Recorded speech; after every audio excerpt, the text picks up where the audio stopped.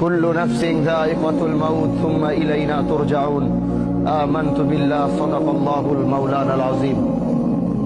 মানুষ তো এরকম রূপ ধারণ করেছে, জানাজার নামাজ যদি মনে করেন 10টায় দেওয়া হয়, আর সেখান থেকে যদি 5 মিনিট অতিক্রম হয় পিছন থেকে বারবার আওয়াজ আসে, আরে ভাই জানাজাটা কেন দেরি করতেছে, তাড়াতাড়ি পড়ান না। আমি তাদের উদ্দেশ্যে বলতে চাই, আপনার চারপাশে যারা এই বাক্যটি উচ্চারণ করে তাদের চেহারাগুলো একটু দেখে চিনে রাখুন।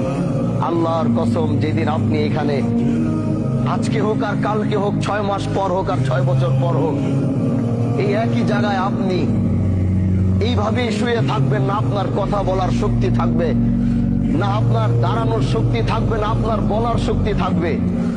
ঠিকই একই মানুষগুলো আপনাকে রেখেও তারা তাড়াহুড়া করবে। এটাই হচ্ছে পৃথিবী, আর এটাই হচ্ছে দুনিয়া। এই সবচেয়ে বড় বাস্তবতা থেকে আমরা যতই পালাবো, আল্লাহ তো ঘোষণা করে দিছে, তুম্মা ইলাইনা তুরজাউন। কোথায় যাবা? 7 সাগর 13 নদীর নিচে, 7 সাগর 13 নদী পার করেও যদি তুমি লুকাবা, যেদিন আল্লাহর সাথে তোমার মুলাকাতের সময় আসবে, পৃথিবীর কোনো বাদশা নাই ওদিন তোমাকে আটকাইতে পারবে, পৃথিবীর কোনো ক্ষমতাশীল ব্যক্তি নাই ওদিন তোমাকে ধরে রাখতে পারবে। আল্লাহ যেদিন তোমার মৃত্যুর ঘন্টা বাজাবে, গোটা পৃথিবীও মিলে যদি আল্লাহর বিরোধিতায় লাগে যে না আল্লাহ তুমি চাইছো, আমরা তাকে যাইতে দিব না, গোটা পৃথিবী একাকার হয়ে যাবে, কিন্তু তাও তোমরা সেদিন তাকে বাঁচাতে পারবা না। আজকে আমার শহীদ ভাই, তার পৃথিবীর সবচেয়ে আপন হচ্ছে তার মা।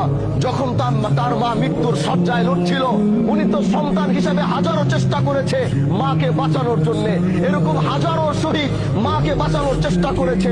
কেউ হাসপাতালের বেডে করেছে, কেউ নিজের কোলের মধ্যে করেছে, কেউ ঘরের মধ্যে করেছে, কিন্তু পৃথিবীর প্রতিটা সন্তান ব্যর্থ হয়েছে।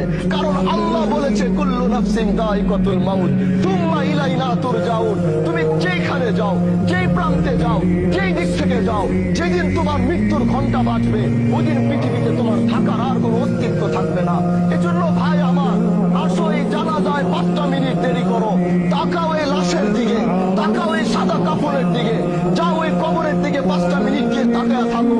যেটা তোমারও ঘর হবে, যেটা তোমার বাবার ঘর হয়েছে, যেটা তোমার মার ঘর হয়েছে, যেটা তোমার বন্ধু বান্ধবের ঘর হয়েছে, যেটা তোমার নেতার ঘর হয়েছে, যাও একটা বার তাকিয়ে দেখো। তুমিও প্রস্তুতি নাও যে এখানে তুমিও একদিন নামবে, কিন্তু নিজের পায়ে নয়, কেউ তোমাকে ধরে নামাবে। এটাই হচ্ছে পৃথিবীর সবচেয়ে বড় বাস্তবতা। এজন্য ভাই, মৃত্যুর প্রস্তুতি নাও। দুনিয়ার এই রঙিন স্বপ্নকে বন্ধ করো। এই রঙিন স্বপ্ন তোমাকে বারবার ধোঁকা দিয়ে আল্লাহর সাথে তোমার সম্পর্কের জুদা ঘটাইতেছে, আল্লাহর সাথে তোমার সম্পর্কের পার্থক্য এত করতেছে, তোমার আর রবের মধ্যে কোনো সম্পর্ক পাওয়া যায়